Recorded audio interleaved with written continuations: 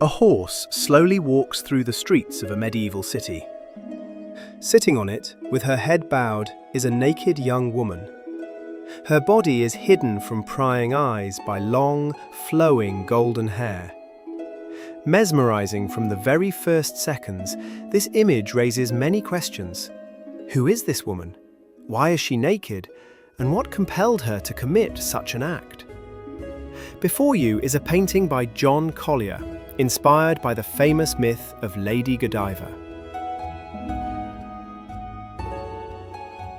Lady Godiva lived at the turn of the 10th and 11th centuries and was the wife of Leofric, the Earl of the Anglo-Saxon kingdom of Mercia. She was renowned both for her extraordinary beauty, particularly her long golden hair, and for her sincere piety. At the same time, ordinary people complained about crushing taxes and begged the lady to somehow influence her husband. Godiva tried to persuade Leofric to heed the people's suffering, but her husband was a pragmatic man and ignored her pleas. One day, the lady chose a particularly unfortunate moment for a serious conversation. Her husband was feasting and quite drunk. In response to yet another appeal for mercy, Leofric declared that he would lower the taxes if his devout and beautiful wife rode naked on horseback through the city. Knowing his wife's strict moral principles, he was certain she would never agree to such an act. The respectable Lady Godiva was indeed taken aback. The condition was unheard of, both for an aristocratic woman and for a Christian.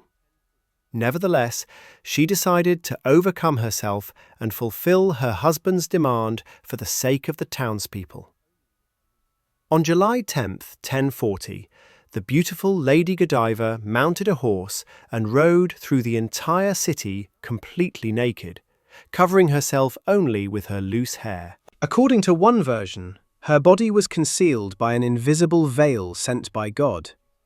According to another, she ordered the inhabitants of Coventry to shut their shutters that morning, thus protecting herself from prying eyes. Leofric kept his promise and reduced the taxes, or, according to another version, abolished all of them except the tax on horses. But how much of this legend corresponds to historical reality? Most likely, the legend has little to do with actual events. The story was first recorded a century and a half later by Roger of Wendover, a monk of the Abbey of St. Albans, who may well have envied the fame and wealth of Coventry.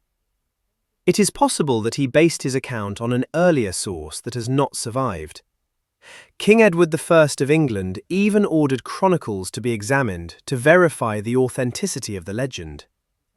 It was established only that from 1057, Coventry was indeed exempt from taxes for a certain period, but the reason for this privilege was not specified.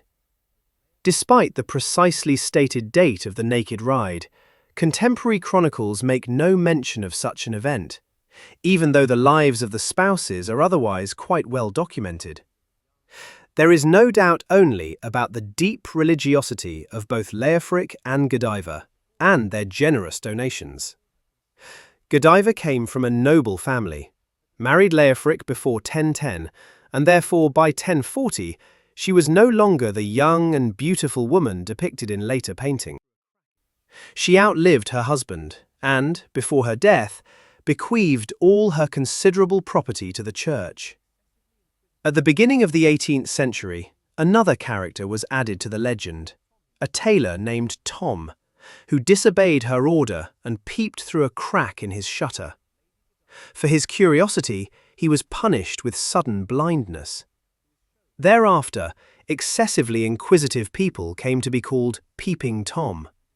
However, Tom himself arose from a misunderstanding. The residents of Coventry mistook for him the figure of Lady Godiva's husband depicted in a painting by Adam van Noort, who is shown watching her from a window. The painting was commissioned by the City Council and displayed publicly in the central square of Coventry.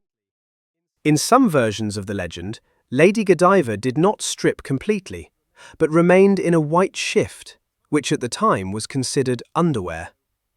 Although for a high-born aristocrat, appearing in such attire was nearly equivalent to nakedness, this detail allows the events to be viewed in a different light. For this reason, some researchers believe that the legend is based on memories of a penitential ceremony involving a noblewoman. Such punishments were widely practiced in the Middle Ages. Young women and married ladies accused of immoral behavior could, by church decree, be required to perform public penance, walking through the streets barefoot, with loose hair, dressed only in a simple undergarment and holding a candle. During the procession, they were to beg forgiveness from God and from the onlookers for their sin. There is yet another explanation for the legend. Despite the widespread establishment of Christianity, some pagan rituals rooted in Celtic tradition continued to be revered in Britain, both among common people and the nobility. In Celtic religion, an important role was played by horse-riding goddesses, patrons of horses, fertility, and the land itself. On Beltane, the festival of love and the beginning of summer on May 1st, the most beautiful girl in the village, representing the goddess, would ride a horse to ensure a fertile year. Some scholars argue that, for greater effect, she was required to undress but conceal her face with a mask. Later, this ritual evolved into the tradition of choosing a May Queen, which became popular not only in England.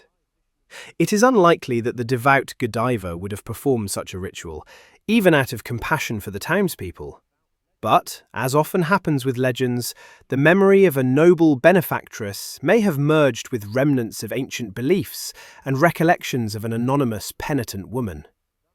Thus emerged the inspiring story of a beauty who cast aside the conventions of honor for the sake of mercy. So the legend does contain a grain of truth. The taxes really were abolished, but the reason why this happened remains a mystery. The legend of the kind countess appealed greatly to the people of Coventry. In 1678, an annual celebration in honour of Lady Godiva was established, and it continues to this day. It begins with a costumed performance, songs and dances, and ends with a competition for the best Lady Godiva, in which women and girls dressed in 11th century costumes take part. However, the boldest participants attempt a full historical reenactment of the event and, regardless of the absence of long hair, go on naked horseback rides. And what do you think? Is the story of Lady Godiva true or just a legend? Share your opinion in the comments. Thank you for watching until the end. Subscribe to the channel, like the video, and don't forget to turn on notifications so you won't miss new stories like this.